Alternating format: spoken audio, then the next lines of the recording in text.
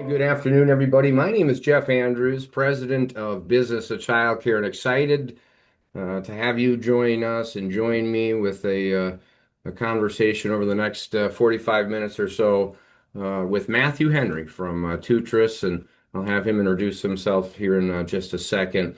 But our goal today is to really get a start for many of you, maybe a first introduction to a popular or maybe growing opportunity for employer participation around childcare. We know the old story that's been around for a while, for the love of children and for the love of families and community. Be a part of the solution. We certainly still think that's a valid opportunity, but work done by Matthew Henry and TOOTRiS and others have really, beginning of year 26, created some new opportunities for employer sponsored and participated and otherwise provided towards opportunities. And so excited to have Matthew on board here. Matthew, before we get started, maybe just a quick introduction of you and your work. Yes, welcome everyone. So glad to have you today. Looking forward to learning together and spending some time together here. Thank you, Jeff, for the opportunity. I work as Senior Director of Government Solutions for TOOTRiS. I'm based in Washington, D.C., and I'm glad to have this opportunity to share, especially around some of the exciting expansion of the federal 45F employee child care credit and looking forward to learning together. So thank you, Jeff. Well, we're going to have a great conversation. I just opened up a poll. Hopefully, all of you see it here. Would love to get a better understanding, maybe of what brought you here today. Maybe just be an interest in learning more. Maybe you have some specific things going on. I encourage you to take a moment and help us understand what brought you here today. But not quite a fireside chat. We're not to the depths of winter, but less of a formal presentation and more of a conversation and dialogue between Matthew and I as we explore some of these opportunities. Great to see some thoughts and ideas coming up here in just a few seconds. We'll share the results of that so you can see how everybody else coming together. I also just want to remind you the session is being recorded. It'll be available on our YouTube channel in the next day or two. So if you have a colleague or somebody you know who might be interested and wasn't able to make it today, we'll certainly have that opportunity, as well as some of the slides. We'll also share details before we're done. If you're in a place of wanting to further discuss, get into more detail specific to your opportunity, your community, your organization, we invite you to a follow-up, what we're terming a 45 exploration call with Matthew and I to uncover some initial opportunities that you might want to take a look at. So we take a look at the results here. Not surprising, the number one leading factor, and that brings most to our conversations, just an overall focus on exploring options for expanding childcare capacity. And I think that goes without saying that a big part of all of our efforts is trying to figure out what is the right way to do it. And I'm the first to tell all that there's not one perfect solution for every situation, but certainly some great opportunities for us to explore here today. And as we get started, in case you're not familiar with Business of Childcare, our mission really simple: to guide childcare business owners and the communities they serve to better outcomes. For nearly 5 years, we've been working based out of Minnesota, with work extending to both coasts and a lot of communities in between. We're really proud of our impact helping communities get better organized to support that ecosystem of childcare. And it's just as we highlighted, individual work with operators, owners of both childcare centers, in-home family childcare, and everything in between. And a driving force or framework of our work, and one that I think is aligned really well today, is that idea of wage realization. And the idea that without childcare in some of our communities or available or aligned childcare, we're ultimately limiting our ability for workforce potential. And knowing many of you who are on the call today, workforce leaders yourselves, we know that those help wanted signs cause an impact, certainly to our business operations and all that. But the bigger ripple effect, right, is around economic growth and ultimately community well-being. As we work in many of our communities that host larger employers, that's always the challenge, is workforce availability, alignment to the times of shifts, all of this work centered above and beyond the natural focus of children and families. It's understanding it has a big opportunity for our community. We bring the whole community in, employers, education leaders, government leaders, all sitting around the same table with childcare centered as a part of that conversation, right? Understanding that all the things we normally talk about, affordability, accessibility, don't exist without sustainability of the very providers and professionals that are doing this great work so that the rest of the work, the rest of our community continues to function. How we help communities, real quickly, really at three stages of readiness, and quite frankly, fits almost everybody one way or the other. We still have communities figuring out what is the impact, right? Maybe as a workforce leader yourself, you're here today to figure out how can this really make an impact on my business. Communities notwithstanding, we know individually within our ecosystems, we see impact play out. Once we know that there's an opportunity or maybe a challenge to address, we work hand in hand with communities to develop action plans. For smaller communities, that might be as simple as a community roundtable. For larger regions, counties, we offer our child care solutions activation plan, a great opportunity again to get focus on what is it we're actually running after. Because the age-old idea of we just need more childcare doesn't quite fit as well or is as effective as when we start to drill in and understand that maybe we need a bilingual offer. Maybe we need a small number of second shift slots to support that local manufacturer. All of those things uncovered through that process. And once we have a plan, once we have an address for success, as I like to say, we're more and more working with communities looking to activate that plan. Understanding and having visibility is different than feeling confident and equipped to take action. And that's why it's so exciting to have partners such as TOOTRiS and Matthew Henry and others that we work with nationally to make sure that we're bringing together the right solutions that meet the needs of those in front of us, right? Whether, again, you're a community leader, a workforce leader, or just simply trying to help make sure that the community stays strong. And those community leaders, I want to highlight in Moultrie County, Illinois, our success story from 2024. 2 years previously began that process, understanding impact. Small county out in East Central Illinois. I loved working with the economic development team, the county leaders, and others to really effectuate change, right? Once they found focus, once they talked to the existing providers, once they realized the needs of their local workforce, we put into action a plan that resulted in some really exciting and impactful outcomes for that local community there in Moultrie, right? Like many of our counties, 15,000, 20,000 total population, a county seat, but still needs for childcare, even in some of those surrounding communities. And it was another example in our work there where we also started to realize the workforce impact around childcare. One thing you start to realize about Moultrie County is right across the border is Indiana, a time zone change, a number of hours and miles traveled, and companies even in that area are looking at how can we better align our support to the needs of our actual employees, not just near our factory site, but in the communities they live in. And that's why the work that is happening here, that Matthews led and others led around the idea of the 45F and the opportunities become even more exciting. Matthew, as we get started, and certainly you and I and others, and maybe many of you on this call understand the cost of doing nothing, but I'd love for you to maybe leveraging the information on the slide here, talk a little bit about what you see and what you hear as you talk to stakeholders and community leaders and others around that cost of doing nothing. Yeah, I think what's happening in this childcare space is exactly what Jeff has says, that there is actually now a cost of doing nothing.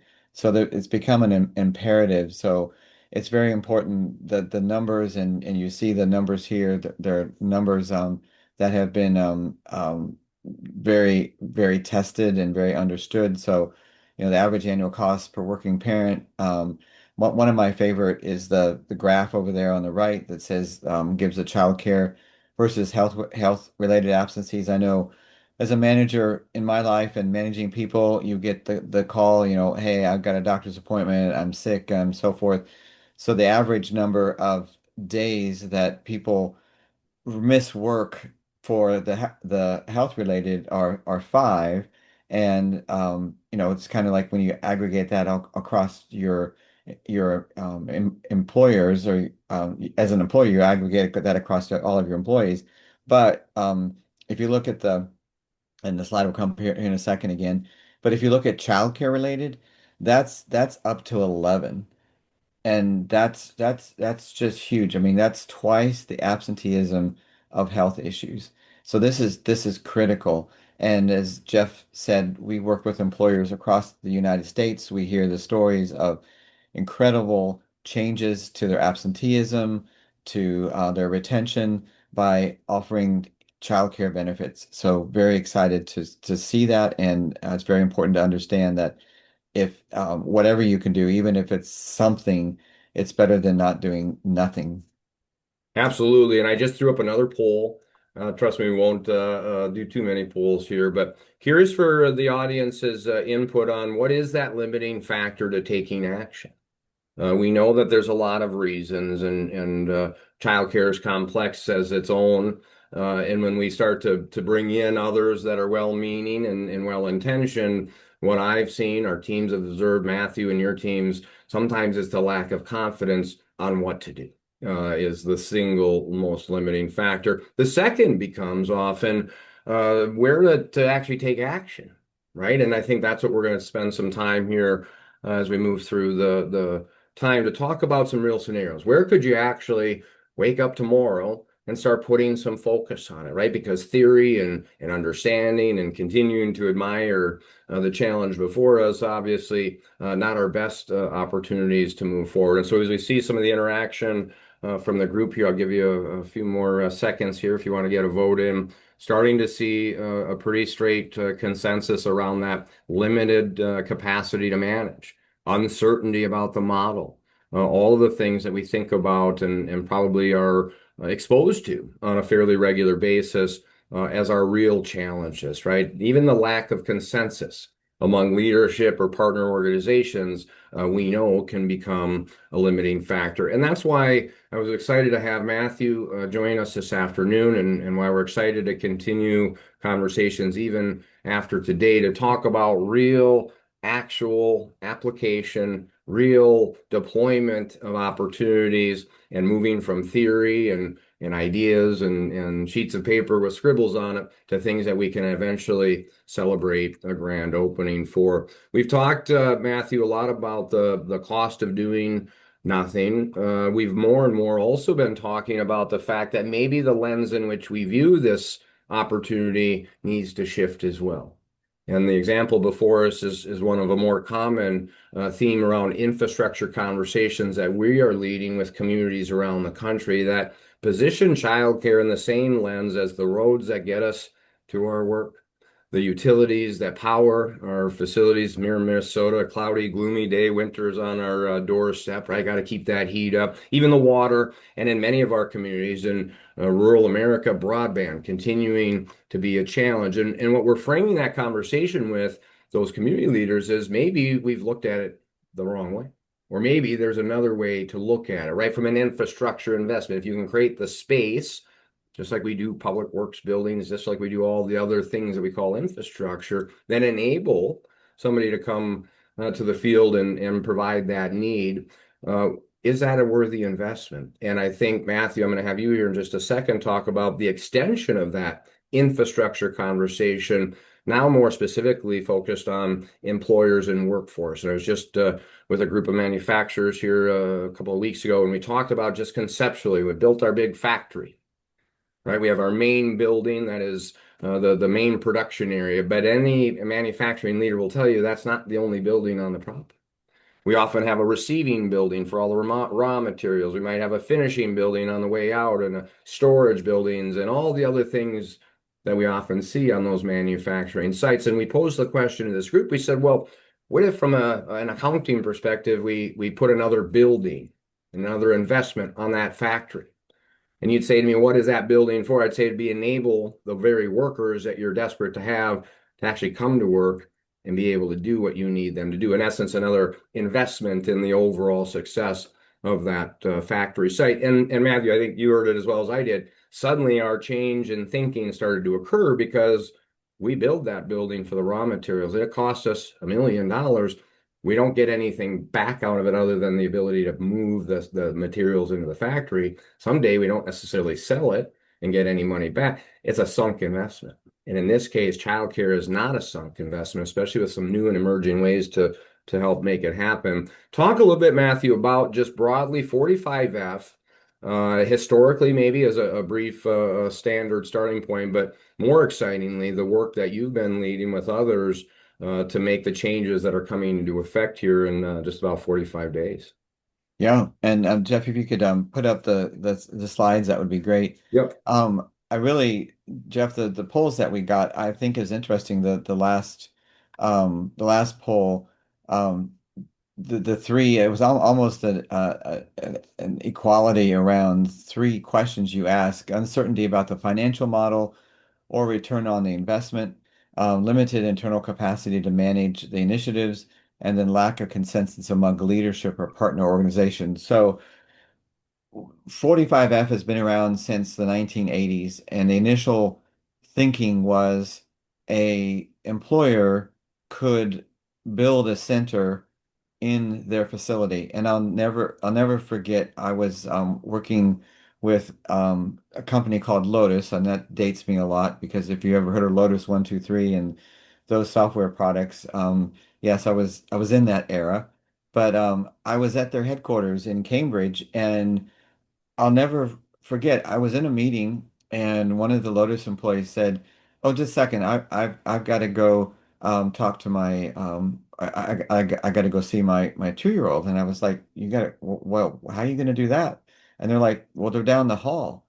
And I was like, "What do you mean they're down the hall?" And Lotus had a childcare, we were one of the first. They had a childcare facility inside their building.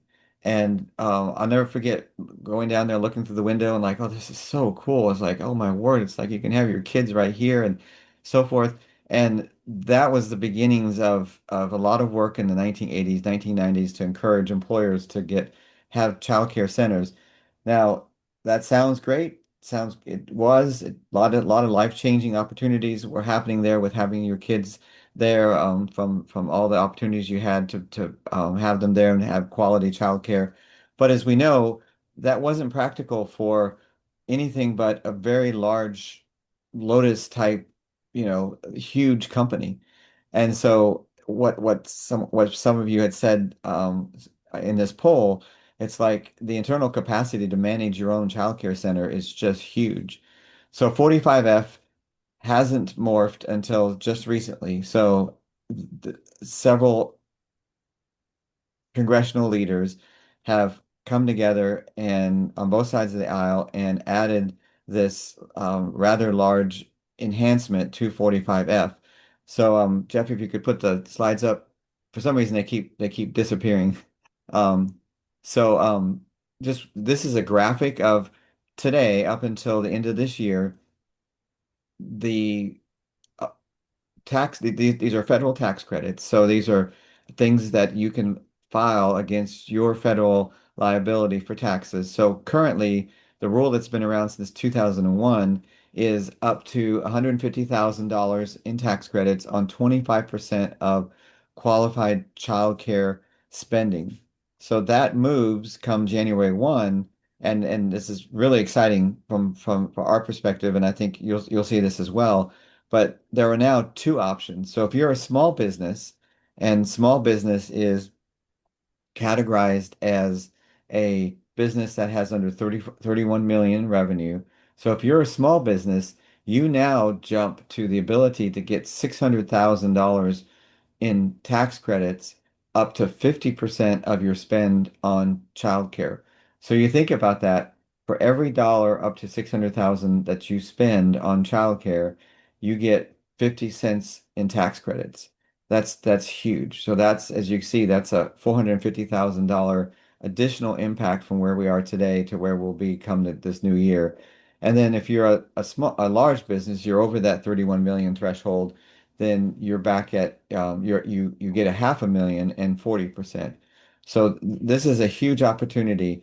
And the other thing that got added to the law, which is also very exciting, is businesses can now join together. So we've seen examples in the works. We've seen examples begin to come together where you have a child care entity, either a benefit or a center or some sort of like what Jeff's work does with Child Care House. You have these small businesses can come together and all participate together in ways that make sense because you can all pool your up to 600,000 each and then get a larger investment in those childcare needs for your organization. Jeff, if you could jump to the next Sure. slide for a second. Give me 1 second here. And Matthew, while I find that slide, one of the questions that's came up in the Q&A here, a multi-part, but I'll take this one first. For childcare providers themselves, an actual childcare center that may be providing childcare benefits, there was a quick question here on whether or not they would qualify with those benefits to qualify under the 45F. Do you have any thoughts on that particular case? Um, as far as the small business or the large business? They'd be probably a small business, a childcare center, who's actually, the question was, and certainly one that we may not have the answer for, but would they qualify by providing childcare benefits to their very Yeah, child workers? that's a great question. So, yes, the thinking needs to be, and I should caveat all of this. I think we have this on our slides, is that neither Jeff or I are tax consultants. Each business would need to validate this, with the numbers and so forth with their tax consultant. But a child care provider themselves, yes, if they're and also keep in mind these are federal tax credits. So if you're a nonprofit, you already have no federal liability. So there's no these don't apply to nonprofits at this moment. So if you're a provider that is not a nonprofit, you're an LLC or some other corporation type, yes, you can do that, and there are providers that are setting themselves up to be able to do that. So for example, you can let's say you want to subsidize your employees up to 250 a month for their childcare, you can do that through the 45F mechanism as long as you're not a nonprofit. So hopefully that answers the question. Yeah, I'm certainly, if there are more questions, we'll continue to have opportunities. Talk a little bit, Matthew, even as we start to set the stage for some scenarios and taking action, a little bit about where the challenge is on the funding system just broadly. Yeah, and Jeff, you and I were talking about this earlier. One of the things that it took me a while to understand in the national childcare space is where are monies, where is spending happening, and where is spending not happening. So this slide you can see on the left is just the federal subsidy. So a lot of times when we approach employers, they're like, well, isn't the federal government or aren't state governments taking care of childcare? We hear about subsidies all the time. So that's true because there are these federal and there's matching state subsidies, CCDBG and CCDF. But the thing to keep in mind is that these have eligibility requirements. So for example, normally a state will set it at 145 to 200% of federal poverty level. And the data and CLASP in reports that they put out annually show that the data across the nation that only 15% of eligible children or families with eligible children ever get the child care subsidies that they're due. And there's a number of reasons why, but generally, even that low income family subsidies that are available, there's not a lot of people taking advantage of those. So that creates this thing that you'll see in this middle is this benefits gap. These are families that are earning too much, but are having, and reports out even this week. I think there were at least two states even mentioned in an article today that the cost of childcare in those states is more than what you would pay on a mortgage and is certainly just families can't handle it. And those are families most of the times that are in this benefits gap space that don't qualify for subsidies or qualify for minimal subsidies and still can't make childcare work. Yeah, and you talked about then, I mean, as we start to even set the stage with some of those scenarios, there's actually a lot of different ways. And I think this was, as we talk about things that are kind of opening our eyes, we think about actually there's all sorts of elements of connection to childcare. Talk a little bit about that, Matthew, the work that you guys and others have done to really define that and inventory it in a way that maybe broadens our eyes to what it really means. Yeah, and this chart, and again, Jeff, you and I were talking about this earlier, but we mentioned 45F and the building of centers on site has been the formulation of that back in the 1980s. Today, I look at this as a menu. The sky's the limit. Every single employer has many options and many configurations. So you can look at this on the left, from an employer's perspective, you have all kinds of opportunities. Individuals, cooperatives, coalitions, various investment vehicles, shared opportunities, intermediaries. You've probably heard the words dual share or tri-share. You have many different opportunities to again, going back to the cost of doing nothing, you have many opportunities to do something, to participate. If you're in, there's 13 states doing tri-share programs. If you're in one of those states that has a tri-share program and you haven't engaged in that as an employer, that's like a no-brainer. That's something you can do right now. You can do that. And of course, Jeff and I can help you and connect you with those folks as well. But you have options as an employer. Then the next step in this thinking is you have what are you going to do? So what are benefits that, what can you do? So there's many options here. So we like to think of childcare not just as 0 to 5, but we like to think of childcare as 0 to 13. Someone's wisely said recently that the childcare system, well, the school system in America is not connected to the work system in America. So many of you who have children, myself included, what time do the children go to school? They go to probably at a different time than you need to go to work. Then the big thing is, what time do the children get done with school? Well, at a completely different time than you ever get off work. And so you're trying to manage these processes of the what happens, with when your children get above 5. Yes, childcare is normally available, 7 to 6 or 7 to 7, things like that, but you need other things. So we think of childcare related to the ages 0 to 13. And Jeff, if you could pop that slide back up again. Yep. Coming back up here. Wait a second. Got so many great sides, Matthew. You're trying to keep track of them all Yeah. here. Yeah. So and then some of the other things you just move down this list. Backup care, that's really popular. That's easy to do. That's a low cost option, and that is when a family's child care just falls through. And I'd like to tell the story of, you come home, you pick up your child from the child care arrangements you have, and they say, hey, just let you know we're closed tomorrow. They're doing a cleaning or if they're fixing something, they're like, oh my word, what do I do? I've got this important, critical call tomorrow I've got to do. Well, backup care, after before school, learning centers, summer camps, reserved enrollments, nannies, babysitters, family, friends, and neighbors, centers, and then, childcare houses. And then you move to the third one, the tax considerations.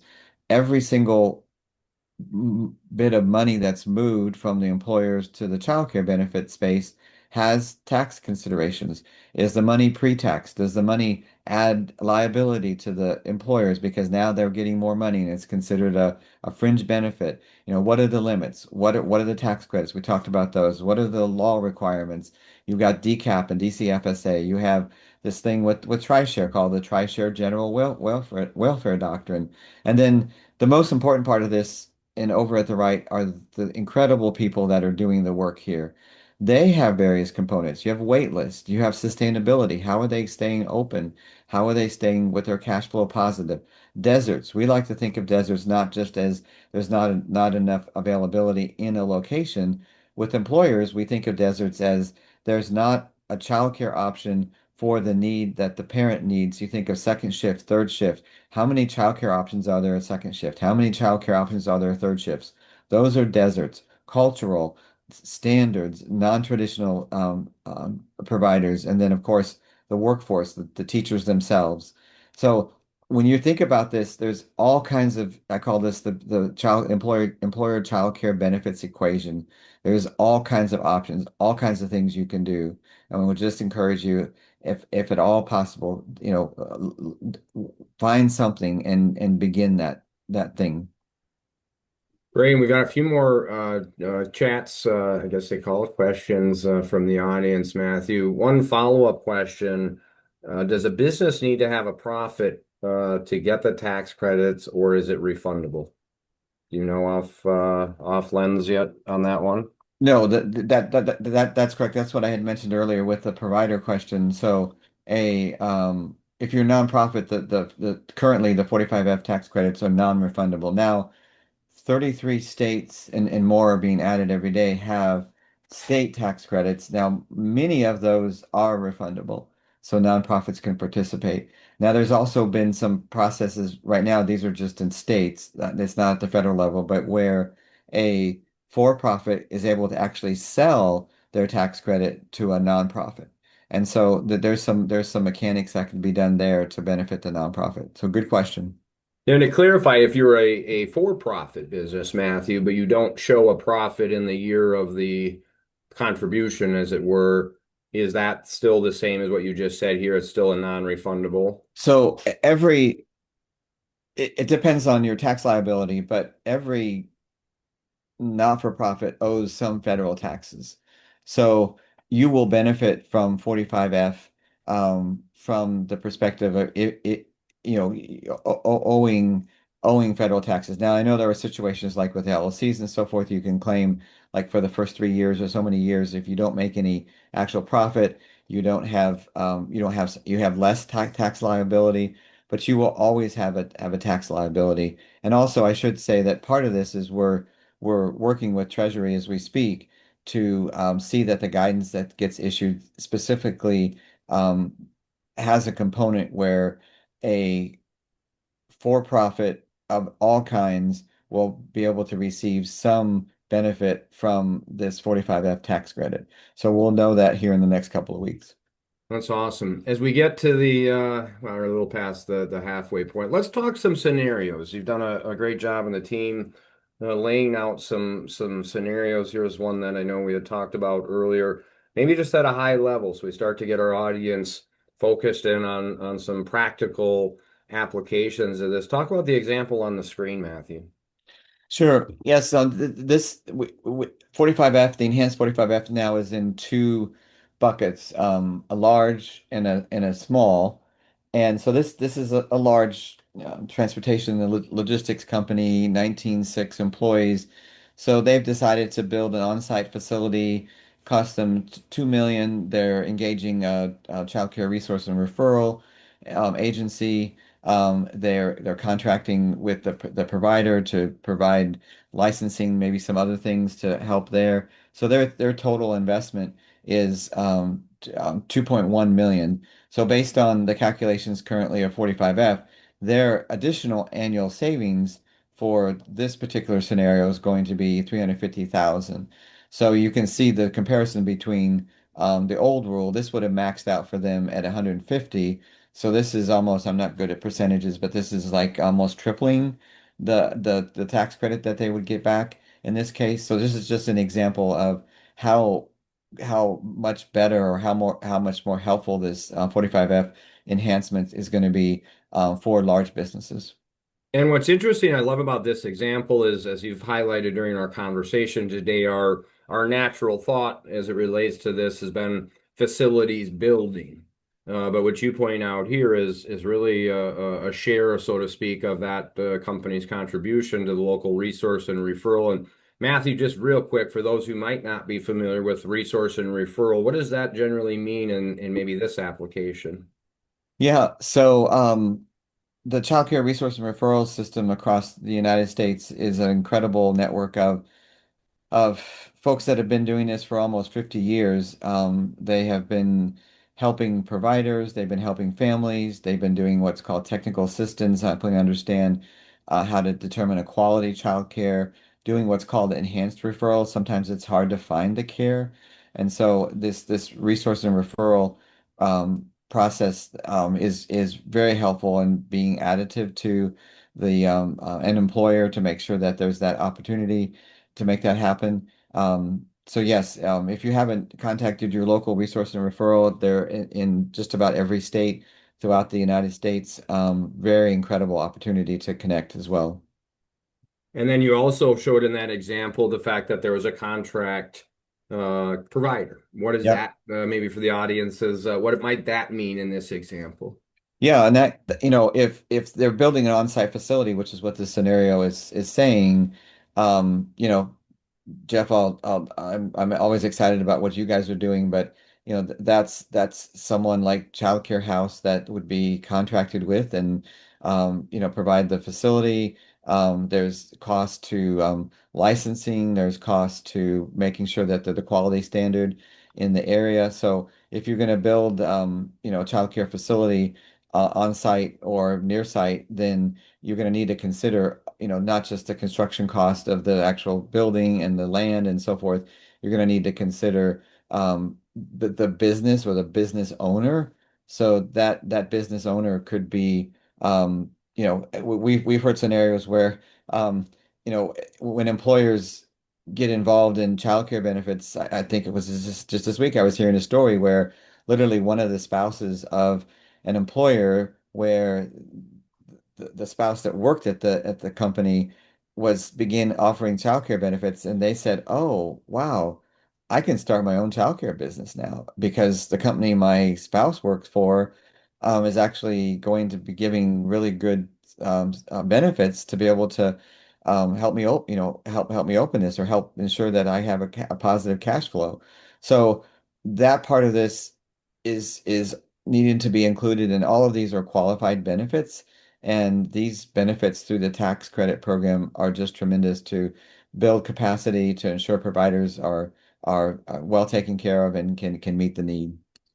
Absolutely. And that example, I think, highlights another comment from the audience about, the balance of building the infrastructure, the physical investments, but also acknowledging the ongoing operating challenges that many of our both large and small providers help or find themselves in. And I thought this was a great example where we've got a physical, we've got an ecosystem, and we've got a direct input support, really an all-around approach to do that. Talk next about we're seeing more and more, especially in some of our smaller communities where we maybe not have an employer with 20,000 employees. Maybe there's a group of employers that collectively in that community, employ 300, 500 folks. Talk a little bit about, in this example, the consortium approach at a high level, how that might start to be an option or an opportunity for some of our smaller coalitions of small businesses, smaller employers,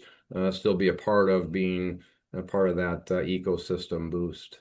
Yeah, I this is one of my favorite parts of the new enhanced 45F is it speaks to these small business coalitions, many who have been working in this space for several years to move the needle with 45F realize that the original design was clearly for large businesses, then small businesses really couldn't benefit because if you're a restaurant, and your revenue is not very much, and you're doing well and so forth, but you have a few employees, you've never really been able to think about like, well, can I offer, a benefit and is that going to work? But now that the 50% is here, then these businesses, well, I'll back up. So like, let's say for the example, a restaurant wanting to, let's say they live in a place where there's just no capacity and they've got to build capacity. So in that scenario, there was never an opportunity for a single restaurant to think about in that previous scenario, spending 2 million to build a childcare facility. Just wasn't going to happen.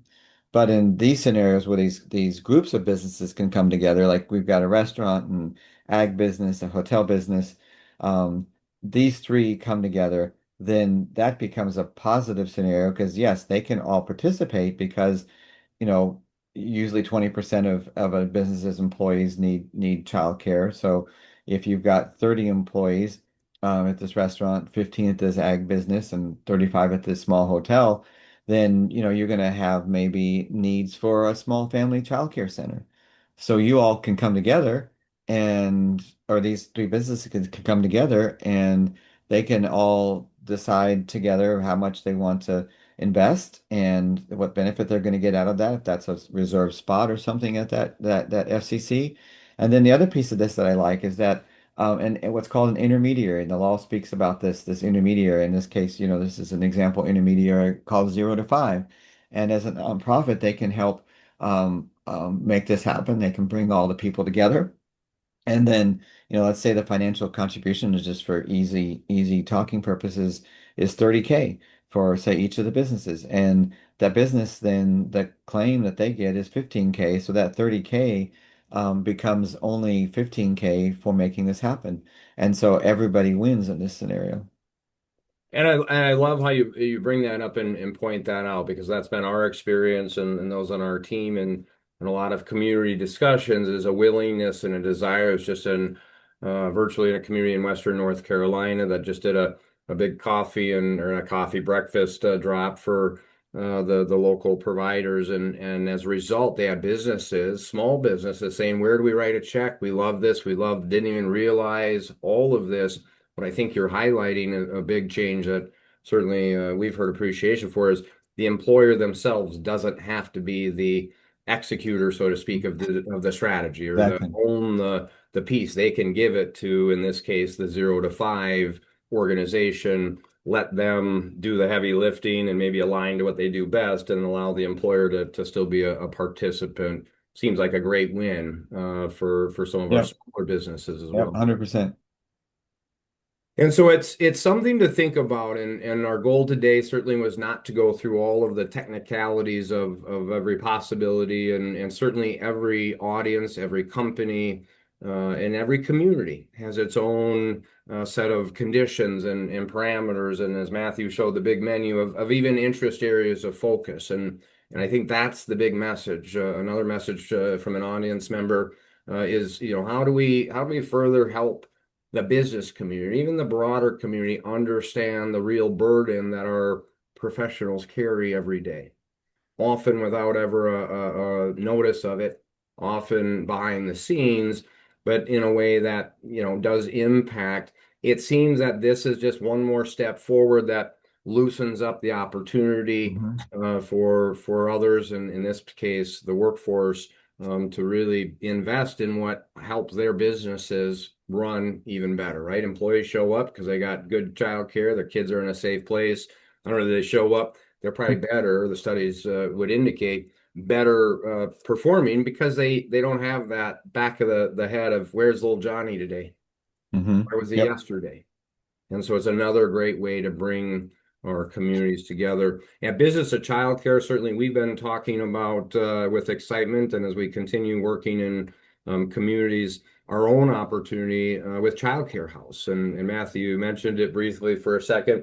Those of you who aren't maybe familiar, we just celebrated the grand opening actually of the inaugural edition of Childcare House. And what's exciting about it, I think, more than anything, and going to Mapleton and working with Mayor Annis and others, is the ability to more localize and align a solution, right? So we think about all the different ways. Child Care House becomes another way in which localizing a strategy. I go back to that example of the manufacturers in Eastern Illinois with a large part of their workforce in Indiana across the time zone line. Their challenge was even talking to their employees, building a center on site wasn't going to help them because their employees were all clustered out into the western counties of Indiana and by large margin said, no, we'd rather have our kids closer to home. And so that's another thing that I think this new update that you've done great work with others out in DC on is really it also expands the options to consider besides even the more traditional center as the go-to opportunity. And we know that that's a challenge because even if we build capacity, we build centers, we still got to have great professionals working in those settings. So childcare house in this example We played one out here, and we're talking to several communities about it right now. Allows, in essence, the cluster of four childcare houses, maximizing the benefit possibility. The long-term difference in this example becomes the hold and release, so to speak, because childcare house is a residential structure. It is designed as a one bedroom, one bath. 10 years down the road, when the needs of the workforce have changed, maybe the workforce has aged or it's moved, that employer, having still gotten the benefit today, 10 years later, sells those four childcare houses, realizes that full realization, and has benefited from 10 years of aligned workforce needs for childcare, right? So now those employers or this consortium, maybe they're running two of those from 2 p.m. until 1 a.m., second shift. Maybe it's a bilingual need for the local plant that's not being met in the local community. It's this idea of matchmaking, both the funding and the willingness to those who are willing and able to do this work. It makes it even a stronger proposition for employers and workforce leaders to some extent match make their own specific needs to some specific outcomes. And it seems, Matthew, from all we've talked about, 45F at the end of the day provides a lot more, the new 45F, a lot more flexibility for employers and workforce leaders to play a part that's appropriate for them at a level of investment that is aligned with their ability. And it opens up more opportunities, it seems, for all areas of our country to work in partnership as part of bigger efforts to bring those workforce leaders in. Would you say that's a pretty fair assumption of where we're Mhm. headed at this point? Yeah, it just becomes, you get, and we talked about the exceptions, a great question about, do you have to make a profit and things like that that have been talked about. But generally, it gives the opportunity for you to think about, you get essentially additional options to not have to spend as much. If you're getting 50% of your monies back in tax credits, then that's real money that becomes in an annual budget that comes back. So you can make those investments. And these numbers that Jeff is showing here, these all of these are real numbers. So you look at the 60% drop in absenteeism, 76 average return on investment, 90% employees using benefits stay with the employer. I mean, that's huge. I mean, the cost of of losing an employee and retraining and hiring a new employee are huge. You know, just this stat on 91% employees report improved productivity when your precious child is in a quality childcare facility. You can focus, and you can focus on your work, and you can know that they're getting the best that they can possibly get, and you're able to see that happen. The satisfaction rates are here and so forth. Employers that have childcare benefits of any kind, 89% of those would recommend that employer, and that helps with gaining new employees to your company. And then the reports, the Boston Consulting Group is a popular report about 425% ROI. That's huge. Synchrony Bank, they have 60 days of backup care. We were talking about backup care earlier, 45% fewer unexpected absences. I mean, think about that, almost half fewer unexpected absences. Etsy, they're doing $4,000 annually in backup credits. 82% of those employees cited care benefits in hiring decision. I mean, just think about that you got the best employees because, up to 82% from Etsy's case. Mazda Toyota, they're giving $300 a month stipend. 11 to 20% lower attrition just overall, but extremely hot, much higher for women. These are the real stats that are happening. We're seeing every day. And those examples are real examples, right? And I think it Yes. again illustrates the breadth of opportunity for anybody in our audience today that's looking to be a part of making it better, not just maybe for your own condition, but for those of the community. Partners like TOOTRiS, our team here at Business of Childcare, even local agencies standing by and really hopeful that it makes sense. I think when we think about next steps, Matthew, we think about What is anybody that's maybe seeing an opportunity here to look at taking advantage? I know you and I and I offered at the beginning of the call, more than happy to come together with a contact or an individual looking at exploring this as a first step. Talk more specifically about, as I bring up this maybe last slide of our time today, what is it that we're looking at from a TOOTRiS perspective in kind of helping lead some of this work and helping employers feel comfortable and confident on making that commitment. Talk a little bit about how you're able to help in the team at TOOTRiS, Yeah. those entities work through this. Yeah, thank you, Jeff. And this is the sort of not the sort of this is the action plan that we like to see employers follow, and we have them follow every day. I mean, the information given here hopefully has been helpful. And what you think about that one slide that's got all those options on it. Assess. I mean, the weeks 1 and 2. Calculate your current absenteeism. We can help you with that. Survey your employees. That's an eye-opening time when the employees are surveyed and you get back that real data that it's like, oh my word. I mean, we've just recently had situations with this, upcoming 45F where small businesses have been in contact with the centers, and we brought them together through some intermediaries. And it'd be like, there's an employee that is in a center, and this center is really struggling, and they're thinking about closing. And we go to the employer, and it's like I had no clue. It's like, I don't want this. I can't have that center closed. And what do I do? So it's really assessing where you are with this and what can happen. And then design a model. That there's all kinds of models. The dual share model is with the employer and the provider, and your employee benefiting from that. Tri-share, I mentioned the states that are doing tri-share. Select an intermediary platform or a platform partner. We haven't talked about DCAP and DCFSA. DCAP is something that many people don't take advantage of, but there's a huge structure availability there. And then launch.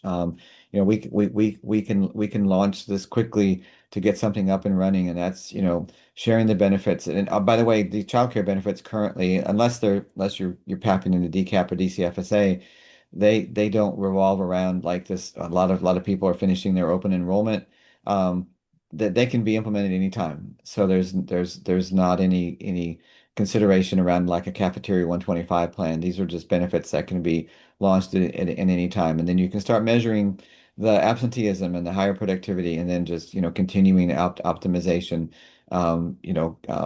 The TOOTRiS platform helps you see that 45F tax credit number. And the form 8082 is the actual form you fill out to claim, and it's pretty simple. It's just like, there's one line: how much did you spend on childcare? And you put that number there, and then that goes on your general tax form, and you're good to go when you file. And then obviously when you file quarterly to make those quarterly payments, you can calculate in that 45F as soon as that process is needed. Yeah, really a lot of great opportunities. I think more and more with partners such as TOOTRiS, Business of Childcare, standing by to partner with you and explore what that right mix is. And what is it that not only around building new capacity can you do, certainly, but what even in the moment can you help support that stabilizes and really centers for the moment this important, critical element of all of our communities, right? The ability for kids to be safe and healthy and in a proper environment while parents, guardians, and others are able to continue pursuing the overall dreams and goals of every family in our country. And we're certainly grateful, Matthew, for your team's work and continued innovation and evolution and really helping everybody start to connect the dots.